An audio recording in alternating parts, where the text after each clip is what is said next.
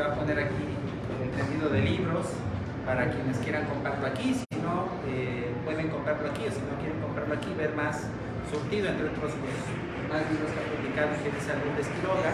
Pueden hacerlo en el stand de Gedisa, que está en el stand 303 a 305, que es entrando al Palacio de Minería, luego a la izquierda, allí está el stand. Ahí pueden ver otros libros de psicología, psicoanálisis, terapia familiar para quienes quieran estos temas, o también hay política, filosofía, antropología, en fin, muchos otros libros y colecciones que seguramente les pueden generar interés. Esta es la primera presentación de este libro, La pandemia en el diván, ¿no? Un libro que creo que es no solamente interesante, sino pues necesario, un poco para tratar de reflexionar en conjunto todo lo que significó la pandemia para todos en lo personal, pero particularmente desde las psicoterapias.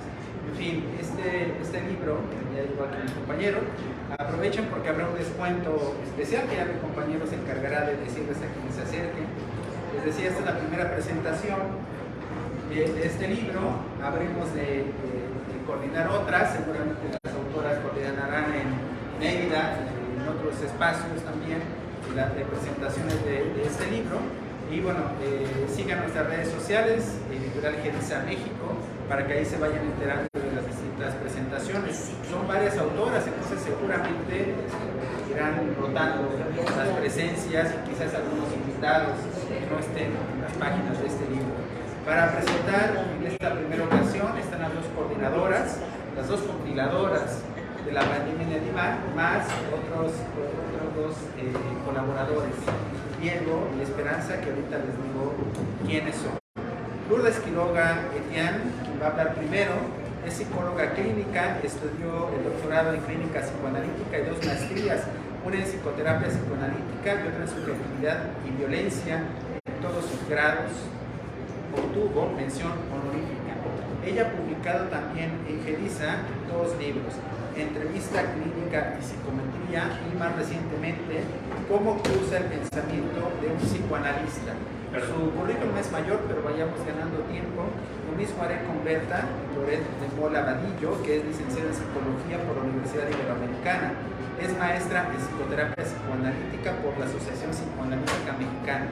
Doctora en clínica psicoanalítica por el Centro Eleia, en donde se recibió con mención honorífica por la tesis La enseñanza de la psicoterapia psicoanalítica, mi experiencia en Yucatán. Es miembro activo de la IARP, México International Association for Relational Psychotherapy and Psychoanalysis, de la IARP Internacional.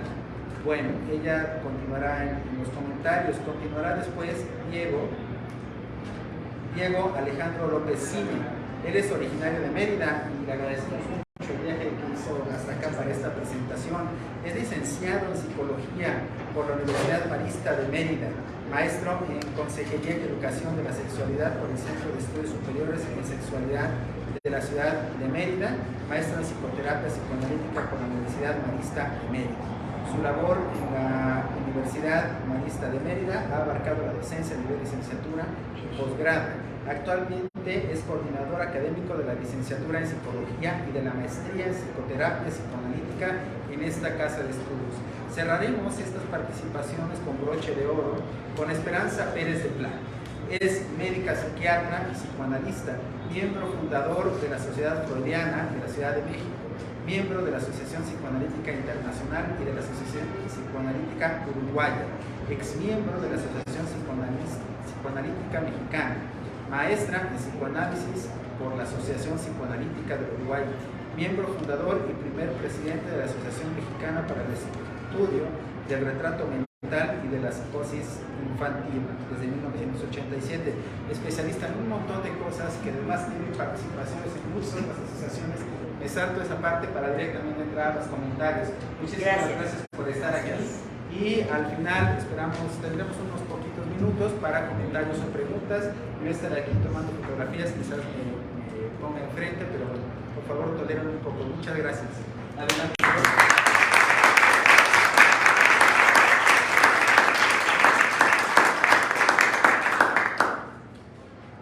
Bueno, buenas tardes. Es para mí un honor y un gusto compartir con ustedes hoy la aparición de este libro al que le hemos dedicado tanto tiempo, pasión, investigación y entrega.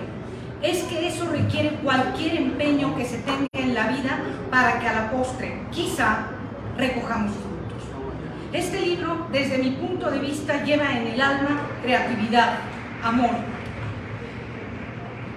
No lo fabricamos, ya se fabrican demasiadas cosas en este mundo de consumo voraz. Lo creamos. Es que en estricto sentido, un libro hay que crearlo porque solo así podrá, probablemente, atrapar al lector. Y lograr que una sola persona lea, se sienta en calma a seguir la trama o la definición de conceptos o la técnica para llevar a cabo cierta actividad o a saber de historia o de tantos otros temas, es algo por demás valioso. Es una actividad sublimatoria que nos aleja de la destructividad cotidiana que vivimos a diario de diferentes maneras. La pandemia en el diván es un libro escrito por 8 personas que sentimos pasión por el conocimiento en general y por el psicoanálisis en particular. Claro, no todas y todos podríamos estar aquí hoy. Siempre el tiempo está limitado en la vida y en todo lo que hacemos. Yo agradezco de manera muy especial a quienes se dieron su lugar aquí para que estuviéramos nosotras tres y Diego. Imposible dejar de mencionar a Michel Charlier, que aquí está, cerquita, presente, y que escribió un capítulo muy valioso para pensar la psicopatología, las patologías que encubrió la pandemia. Y sí que hubo muchos conflictos psicológicos encubiertos durante la crisis sanitaria. La vuelta a la vida de antes los ha develado de manera clara. Gracias, Michel. Además, se encuentra entre nosotras y nosotros Jessica Mezquita. Viene desde Mérida, Yucatán, a ver nacer esta obra de la que ella también es participante imprescindible. En su capítulo Atravesando la pandemia, reflexiones sobre la clínica de lo traumático, Jessica nos comparte su experiencia clínica de manera incluso conmovedora. Así lo hace también Berta Loret de Mola, Esperanza Pérez de Plá y Diego López. Miguel Sandoval reflexiona en torno al papel del psicólogo en el contexto de los hospitales. Pone el acento en instituciones de salud pública y nos lleva de manera magistral a los complejos problemas con los que nos podemos encontrar en la búsqueda de atender pacientes y hacerlo de manera ética y correcta. Es que más que intereses, los psicólogos, los psicoterapeutas y los psicoanalistas debemos estar atentos a otras cosas.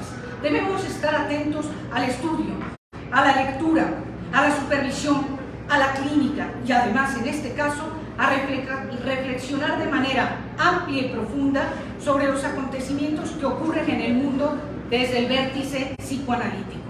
Esto con el fin de ampliar nuestro horizonte y comprender de qué manera impacta lo que ocurre en el mundo externo al mundo interno. Más aún cuando durante la grave pandemia que atravesamos no nos quedó otro remedio que irnos a vivir al mundo virtual. En el trabajo de Aileen May Díaz, que seguramente nos está viendo y escuchando desde Mérida, Yucatán, y que desde aquí la saludamos, este versa sobre un tema por demás interesante. Se intitula Todos juntos compartiendo el mismo espacio. Allí nos habla de las graves consecuencias psíquicas que esta vivencia tuvo, del dolor mental que no pocas veces produjo al darnos cuenta de dinámicas familiares que se mantenían ocultas, no vistas o negadas, de síntomas de algún familiar que él o la paciente no sufrían directamente antes, porque gran parte del día las personas la pasamos fuera de casa. Ahora, dentro de casa, en este quédate en casa, había que enfrentarse a esto y mucho más. Mi trabajo, al final, como casi siempre, tiene un corte psicoanalítico, social, histórico y quizás seguramente político, una de mis pasiones. Se llama el carácter mortífero de la repetición ominosa. Y es que no podemos dejar de preguntarnos por qué cada 100 años, 1720, peste negra, 1820, cólera, 1920, gripe española, 2020, COVID-19. De paso recordé nuestro repetido sismo los 19 de septiembre, ya lo conocemos los chilangos muy bien. Ya cuando se acerca el mes patrio, andamos deseando pasar del 18 de septiembre al 20, saltándonos el 19 que tantos sustos nos ha dado. Terminaré con esta frase de Lacan porque considero que nuestro empeño en la escritura de este libro tuvo que ver con el reconocimiento de que este tipo de acontecimientos y vivencias no pueden comprenderse con una mirada fácil, superficial. Hay que ir a senderos a veces estrechos, hay que transitar a lo que subyace a lo fenoménico si queremos ver más allá. Así que con esta frase de Lacan terminaré mi presentación. El gusto por el escollo es el ornamento de la perseverancia del ser. Muchas gracias.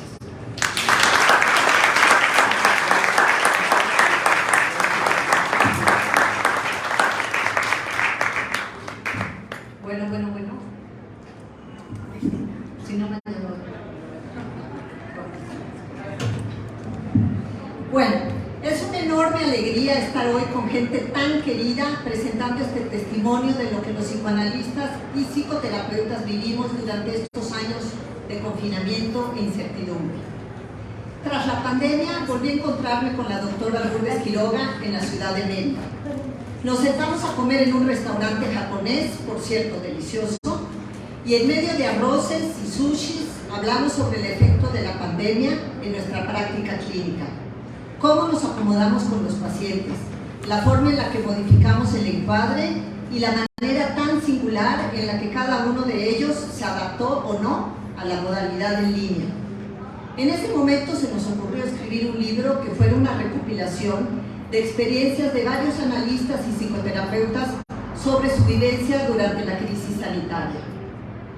Del dicho al hecho hay un gran trecho, pero cuando se habla con Lourdes puede uno estar seguro de que será tomado muy en serio. Pronto se dio a la tarea de realizar las averiguaciones y contactar con la editorial y con nuestros colegas para escribir el libro. Para ella resultó un inmenso esfuerzo estar detrás de nosotros para cumplir con los tiempos. Una cosa es platicar un proyecto en una comida y otra es realizarlo. Con Lourdes uno no se va con medias tintas, es el ejemplo de tener palabra. Quiero agradecerle su entusiasmo, paciencia y tenacidad. Agradezco a mis colegas que compartieron con entusiasmo este proyecto. Esperanza Pla, Diego López, Aileen May, Jessica Mezquita, Michelle Charlier y Miguel Sandoval. Muchas gracias a todos por estar aquí con nosotros. Los seres humanos estamos hechos de historias, relatos, cuentos. Son los significados que arrojan las narraciones lo que aporta sentido a nuestra existencia. Como dice José Semprún, ¿se ha vivido realmente algo que no se alcanza a narrar, cuya verdad aún mínima no se acierta a reconstruir significativamente haciéndola comunicable? La mente requiere significantes, son el alimento de nuestro pensamiento y de la vida misma. La experiencia de la pandemia constituye una cesura en el tiempo, en la continuidad existencial. Es una experiencia que requiere elaboración. Para mí, escribir uno de los capítulos del libro y las conclusiones representó la manera de conectarme con mi propia experiencia y crear un relato de estos años en los que los atendí a mis pacientes en línea. Ahora nos referimos al tiempo como AP y DT, antes de la pandemia y después de la pandemia. Nuestro tiempo se vio detenido por un espacio de zozobra en el que la humanidad entera se refugió en sus hogares para protegerse de la enfermedad y la muerte. Este cambio catastrófico en nuestra vida nos obligó a adaptarnos a circunstancias impensables hasta ese momento. Tuvimos que cambiar de la atención presencial a ver a nuestros pacientes en línea, así, de pronto, sin preparación, suscitando todo tipo de reacciones de naturaleza diversa, tanto en los analistas y psicoterapeutas como en los pacientes. Los trastornos de ansiedad, depresión, insomnio empezaron a aflorar entre la población en general. La salud mental y física se vio afectada, pues la mala combinación del encierro y la incertidumbre son tierra fértil para su desarrollo. En el área de la psicología se crearon grupos de voluntarios para atender estas necesidades de la población, pero eran insuficientes y con poca difusión para los más necesitados. Se cerraron negocios, se despidieron empleados, creando así un clima de mayor vulnerabilidad y afectación para la salud mental. El eco de la angustia se escuchaba en nuestros consultorios virtuales. Éramos testigos y a la vez también estábamos vulnerables. Algunas familias quedaron con el profundo dolor de las pérdidas de sus seres queridos. Otras cuidaban con afán la salud de sus viejitos. Los pacientes se preocupaban también por sus terapeutas y con frecuencia preguntaban por nuestro estado de salud. Pacientes y terapeutas sometidos al mismo estrés, pero como decía Bion, el analista tiene que seguir pensando en medio de las bombas. Afortunadamente, parece que en el momento actual la pandemia está quedando atrás y esperamos que en cualquier momento la Organización Mundial de la Salud anuncie oficialmente su fin. Ahora le permitimos al lector ingresar al espacio íntimo de nuestros consultorios con algunas narraciones de nuestra experiencia, también con reflexiones teóricas sobre el acontecimiento. Sirva la lectura de estos relatos como un estímulo también para la elaboración de la propia experiencia de cada uno de ustedes. Queda en las páginas de este libro un sencillo testimonio de la pandemia, de sus consecuencias e impacto en uno de los ámbitos en los que más estragos ocasionó, el de la salud mental. Muchas gracias.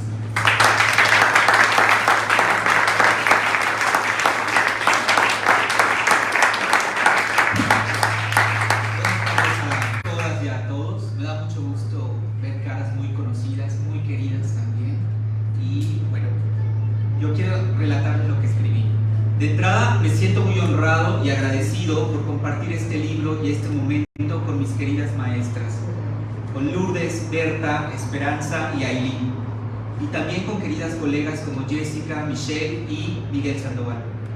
La pandemia en el diván es una travesía de 8 psicoterapeutas que de manera generosa comparten sus más profundas vivencias en este viaje turbulento que ha sido la pandemia por el COVID-19. Experiencias personales, profesionales, individuales y en colectivo se convierten en el corazón central de este proyecto. A través de cada relato, de cada viñeta clínica, de cada ejemplo escrito, uno va desempolvando los recuerdos que ahora forman parte de nuestra historia y que como humanidad hemos vivido en estos últimos años. Cada una y cada uno con su estilo y con su sello particular deja ver la forma de pensar y de vivir la psicoterapia y el psicoanálisis en medio de una atmósfera de incertidumbre, de dolor, de decepción, de angustia por la presencia del COVID en nuestras vidas. Berta Loré de Mola, con su prosa poética y sensible, nos presenta un bello capítulo en el cual relata su experiencia como analista frente a la pandemia. Nos presenta la vulnerabilidad a la que hemos estado expuestos todos y todas.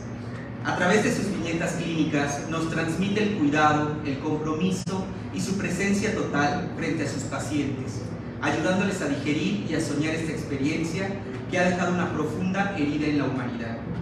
Rescata los momentos del inicio de esta pandemia que marcan la evidencia de los años que vivimos en peligro. Michelle Charrier, que se encuentra aquí también con nosotros, nos comparte una clara descripción de las patologías que encubrió la pandemia.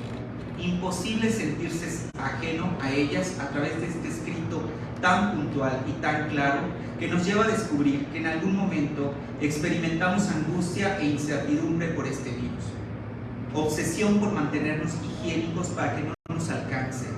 Paranoia por pensar que estábamos contagiados sin tener evidencia de ello. Bueno, no sé ustedes, pero yo recuerdo haberme contagiado como 90 veces en mi vida. También nos habla de la fobia social que imperaba en esos momentos y de las somatizaciones que se presentaron en mucha gente, en cada uno de nosotros. Ailín May alza la voz por la urgencia de considerar diferentes paradigmas en psicoanálisis como la mirada relacional y el grupo análisis. Nos invita a sumar y a considerar el contexto y su influencia en el mundo interno y el externo. Con su escrito nos recuerda que no estamos solos, que hay otros cuyas vivencias influyen en lo individual y en lo colectivo. A través de su viñeta clínica, desmantela la forma en cómo este confinamiento ha orillado a las familias a convivir y a compartir todos juntos el mismo espacio, pero también ha obligado a mirar y a recordar las condiciones de cada uno de los miembros que por alguna razón se habían negado y que tienen una influencia importante en la constitución individual y de grupo. Jessica Mezquita, que se encuentra aquí con nosotros, nos lleva de la mano a comprender por qué esta pandemia ha sido un evento traumático para el mundo. Durante esta travesía nos muestra una ventana para asomarnos a una clínica psicoanalítica llena de sensibilidad, creativa, lúdica y vital.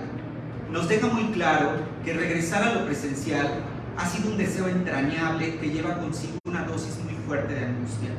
Sus viñetas clínicas nos permiten pensar que un evento traumático es posible digerirlo con la presencia de otro que escucha, que está, que nos recibe, que nos acompaña y que también siente, tal como ella lo hizo con sus pacientes. Esperanza Pérez de Pla nos regala un relato sincero y conmovedor desde el inicio. Esperanza habla de sí misma al compartirnos de manera generosa sus temores sobre la posibilidad de que esta pandemia no se acabe, su dolor por el fallecimiento de una persona cercana, su clínica tan aguda, sensible y los retos que ha tenido que librar en el trabajo con niños, niñas, a través de una pantalla. Leerte, querida Esperanza, es muy esperanzador. Nos contagias tu vitalidad, tu fuerza y tu deseo de estar para el otro. Nos contagias tu nombre, Esperanza. Miguel Sandoval nos recuerda en su texto que todos y todas estamos influenciados por diferentes sistemas políticos, sociales y económicos, y también forman parte de nuestra salud. Plantea cómo la pandemia también ha iluminado otras pandemias, como son las desventajas e injusticias en el sistema de salud pública, que también son motivo de reflexión y de análisis. Lourdes Quiroga, con la pasión que le caracteriza, nos adentra al mundo del psicoanálisis, pero también a la filosofía, al arte, a lo social, a la cultura, a la educación, a la política, como elementos fundamentales para comprender y reflexionar sobre los aspectos y dimensiones de la experiencia que le otorgan sentido a lo que hacemos como personas y como humanidad. Nos brinda una explicación desde la teoría psicoanalítica y desde su forma de comprender el mundo sobre los fenómenos que se han repetido cada 100 años, las pandemias. Escrito impecable que nos permite comprender cómo cursa el pensamiento de una psicoanalista como Lourdes Quiroga. Finalmente, para mí, lo que la pandemia despertó trajo efectos dentro y fuera del espacio terapéutico. Despertó lo mejor y lo peor de nosotros. Despertó la creatividad, la esperanza y la humanidad. Nuestras miradas alcanzaron el interior de los espacios que habitamos para ser testigos en primera fila de las dinámicas familiares. Despertó nuestros miedos y la posibilidad de morir aislados, solos, y nos confirmó que pase lo que pase y dure lo que dure, el deseo de encontrarnos y vincularnos los unos con los otros nunca se acaba. Gracias.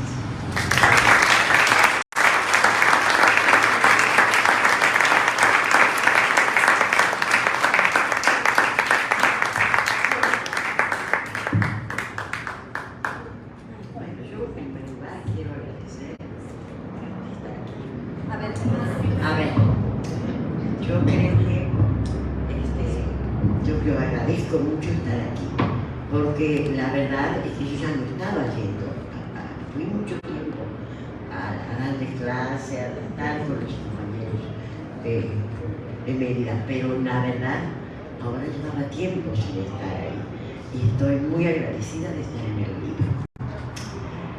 Primer punto. Ahora, yo creo que existe un periodo un momento muy extraño lleno de novedades, de modificaciones, de muchos periodos, pero también de muchas pérdidas y de muchos hallazgos. Hay que reconocer. Hay hallazgos. Vamos a ver cómo vemos esto. He dedicado este texto a mi consuegro y amigo Enrique Fuentes, que murió de COVID-19 en 2021. Durante muchos años, él nos abrió las puertas de entrada a la cultura y la historia de México y de esta zona de la ciudad en particular, porque él era el dueño de la librería Madero, que hoy día está cerrada, muy tristemente. Un hermoso e inolvidable lugar que espero, eso era la librería Madero, lugar que espero reviva de algún modo, porque nos hace falta a todos, a mí me hace falta, que abran las puertas a la cultura y a la historia de México, como por muchos años fue esa librería. Aunque sabemos que no ha terminado la pandemia, aquí estamos llenando este gran palacio de minería y hemos retomado y reactivado nuestra práctica de psicoanálisis.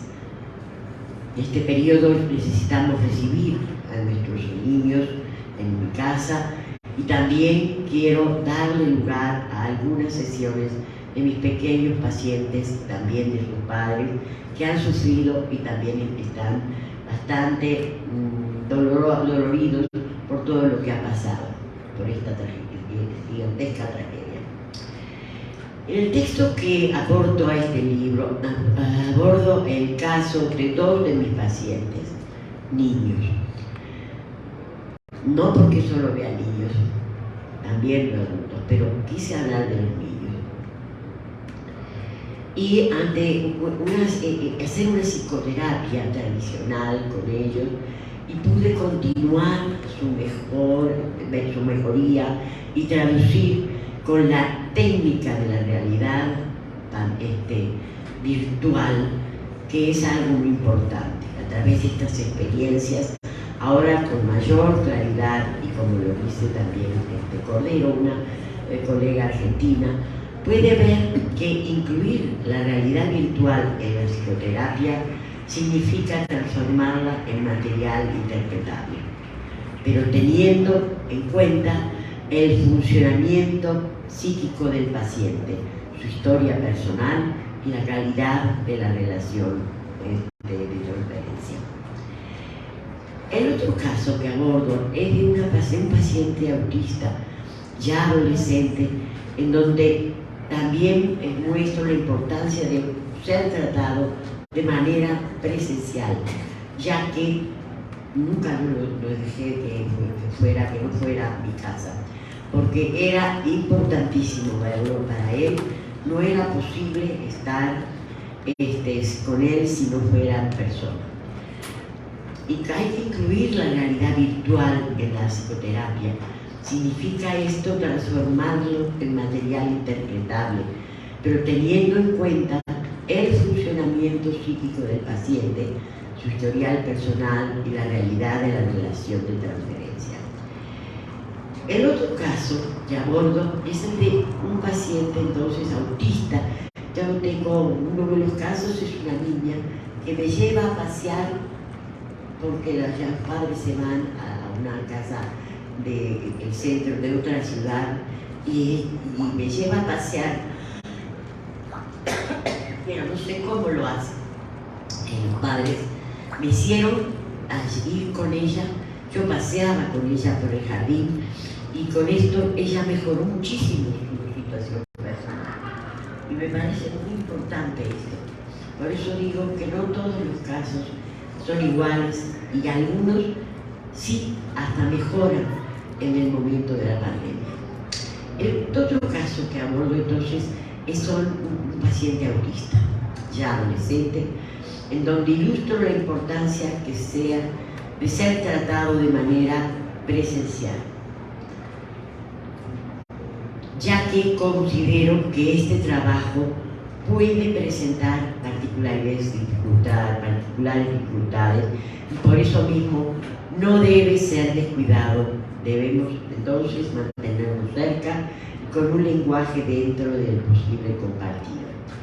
Y ahora, ya cuando te habla, me dice que habla de sus síntomas que se confunden con problemas orgánicos, como en este caso, en que manifiesta un dolor de oído muy intenso hasta que se puede comprender que en realidad es que se trata de una contractura de su mandíbula que le resulta paralizante, porque le dolía horrible, la apretaba tanto que no podía ni hablar. Los cambios puberales se evidenciaban cada vez más, y cuando yo acepto esa vivencia de que ya es un muchacho, que ya no es un niño, ante mi joven adolescente puedo reconocer cambios, su evolución psicosexual lo ayuda mucho porque yo lo voy notando y él lo está notando también. Trabajamos con los cambios a la vez con seriedad y me alegro de verlo como un hombrecito que puede retomar sus clases de secundaria. Este chico es un chico que por suerte se mejoró y ahora está yendo más tranquilamente a la escuela, a la secundaria, y está también pudiendo contactar más. El problema es que yo tuve enfermedades que me tuve que suspender, pero la verdad, sí, esto ha sido muy importante, es decir, tenemos que recibir a nuestros pacientes como estemos, en persona, y si ya no podía caminar, yo me sentaba y lo hacía entrar, o sea, tuve que hacer un trabajo muy adaptado a que el niño, muchacho, ya estaba mucho mejor, pero que de cualquier manera necesitaba que yo lo viera en persona. Y eso me parece muy importante. No todos los pacientes vivimos a distancia. Este es un caso que quería contarles, pero hay tanto que podría, pero por ahora hasta aquí me quedo.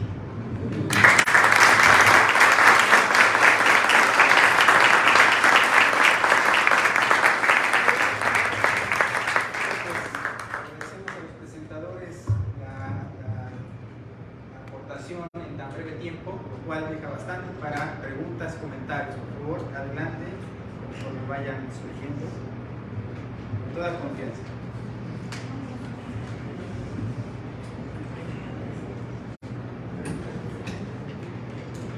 ¿Okay? Me gustaría preguntarle a la mesa qué tanto influyó el miedo para que se exponenciara la pandemia, o cualquiera, yo tengo esa teoría.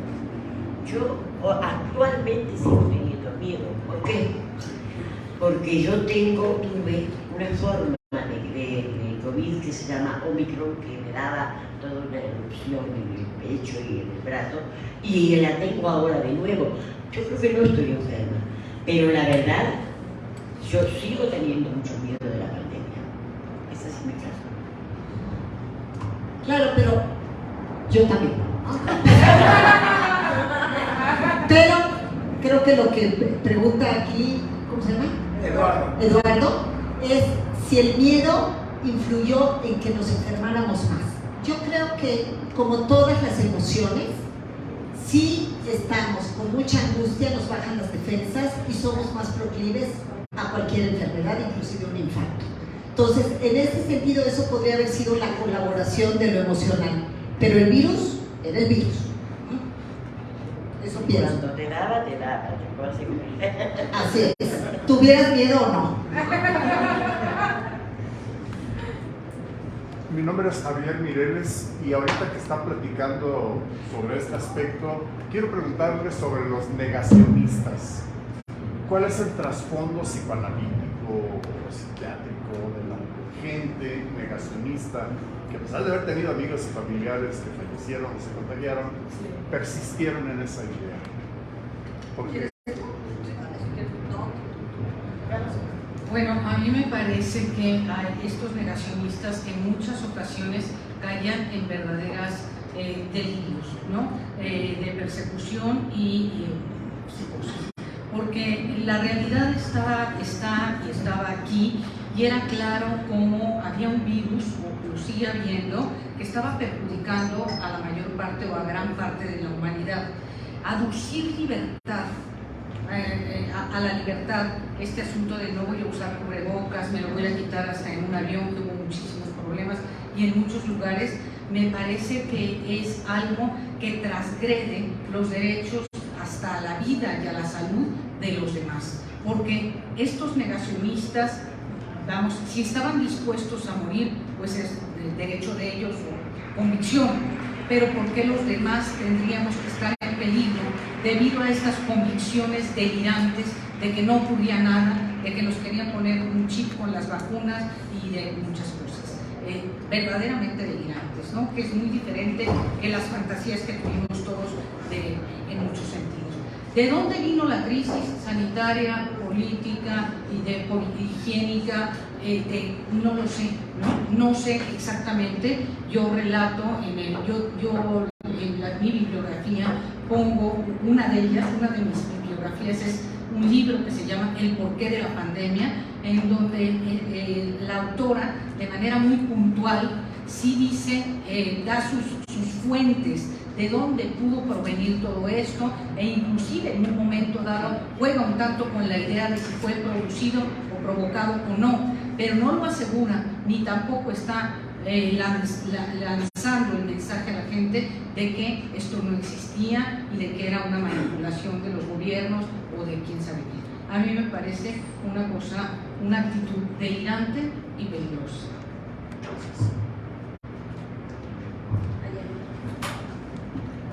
Hola, mi nombre es Norma Patricia Martínez. Mi pregunta sería, son terapeutas, pero al fin y al cabo son personas, ¿cómo manejaban su estabilidad emocional en ese momento, pues para trabajar con la estabilidad emocional de otras personas, que se suscitó de una manera que empezaban tal vez a convivir con la familia que no convivían por los tiempos de trabajo o otros tipos que no se daban y que empezaron a tenerlos ya las 24 horas del día? ¿Cómo ustedes manejaban esa estabilidad para poderla entender con las demás personas que eran sus pacientes?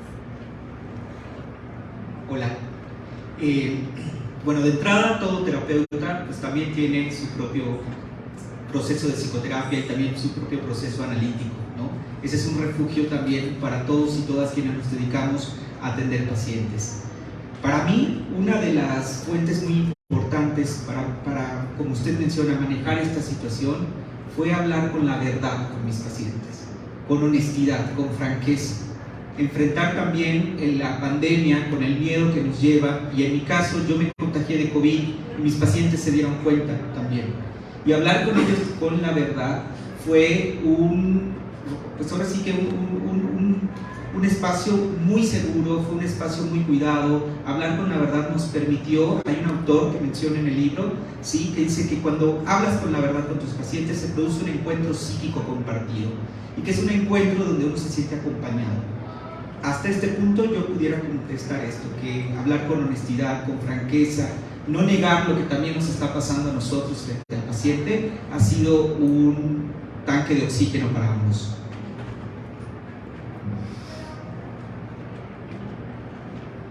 Hola, buenas tardes. Si bien sabemos que la pandemia vino a modificar muchas cuestiones de nuestra vida cotidiana y en particular esta vida virtual que se agudizó, se fortaleció. Me gustó mucho la ilustración de Esperanza cuando explica por qué hubo pacientes que tuvo que ver de manera presencial. Pero también sabemos que hay muchos analistas que han optado más allá de, actualmente ya no está la pandemia como estaba en el 2020, 2021, pero hay analistas que han optado por atender o llevar las sesiones con sus pacientes de manera virtual completamente. Y eso, desde mi punto de vista, pienso que por supuesto cambia muchísimo la transferencia, la relación y toda esta situación de encuentro cara a cara en un espacio, en un diván físico, no virtual, Entonces la pregunta es como justo saber su punto de vista ante esto de que se ha vuelto o ha habido cierta tendencia de analistas que han querido llevar sus terapias más allá de que si el paciente quiera o no presencial o virtuales, ya te atiendo virtual porque así lo decidí desde ahora, porque todos mis pacientes ya prefieren de esta manera, y quienes optamos por llevar la terapia presencial, pues se nos cierra esa posibilidad, por decirlo así. Entonces quisiera saber su punto de vista al respecto con este cambio de vida que hemos tenido también el análisis. Yo creo que el abrir el espacio virtual fue una herramienta que nos permitió a los terapeutas seguir atendiendo a nuestros pacientes, tener un medio de ingreso y no dejarlos abandonados en un momento tan difícil. Me parece que es un recurso que llegó para quedarse, porque hay muchas situaciones en donde la atención virtual permite llegar a cierta población que de otra manera sería muy difícil, o atendernos y vernos con otros psicoanalistas que no están en el mismo lugar en donde vivimos. También nos permite cuidar de los demás si estamos con gripa o si sospechamos que tenemos COVID pero no nos sentimos mal, podemos atenderlos en línea. Pero yo creo que no es lo mismo la atención presencial que virtual. Y yo lo que pienso es que una cosa es ver un video de París y otra cosa es caminar por París.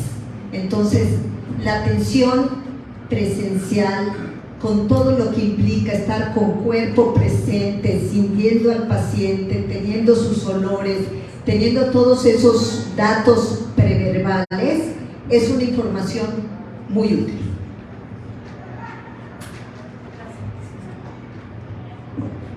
Sí. Bueno, yo solo es un comentario. Primero que nada, los quiero felicitar porque yo también soy terapeuta y sí creo que en esta época de pandemia los terapeutas, los psicoanalistas, todos sufrimos la salud mental del mundo y fue un esfuerzo enorme. Y quiero felicitar en particular a Lourdes, que quiero mucho, porque me parece que ella tiene conciencia histórica. Y tener conciencia histórica hace que nos regale esta combinación el día de hoy, que yo estoy segura que va a ser un gran libro de consulta más adelante, porque es la historia de primera mano de un momento histórico y aparte de un sector de la población o de la salud mental que fue fundamental. Entonces yo los felicito por el esfuerzo.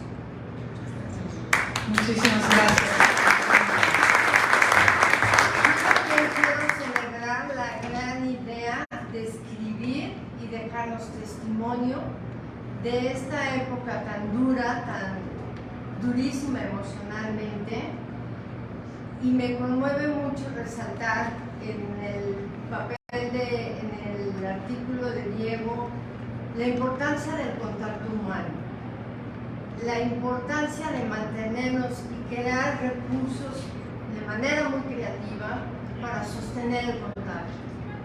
Y eso es lo más humano y me parece que es lo que está en el corazón de un tratamiento. Celebro mucho que nos hayan compartido su experiencia, que todos hemos vivido de manera diferente y que el COVID básicamente es un COVID mental el que tuvimos, no solamente en nuestro cuerpo, sino todos los demonios que se nos desataron y que también hablan de nosotros. Gracias por el libro, tengo muchas ganas de leerlo y gracias por sus testimonios en este tema tan importante. Gracias, Luisa.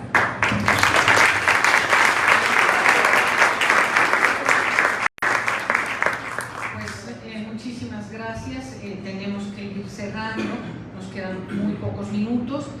Yo coincido con las colegas, por supuesto con Berta Loret de Mola, a quien le tengo, igual que a todos mis colegas y a quienes escribimos este libro, muchísimo cariño.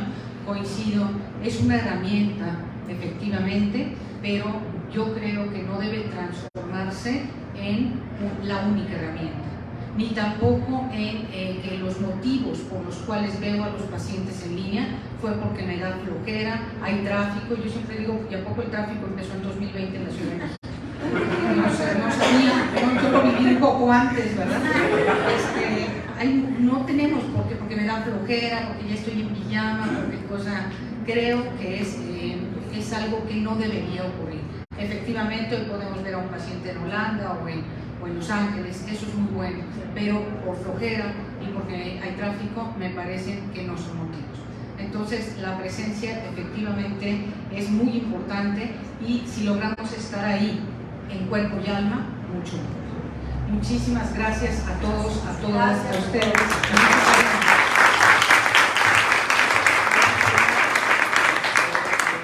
Presentación extra, jefa de ventas me dice que está 25% de descuento del libro, que se aprovechen, aquí están autores, todo. Gracias.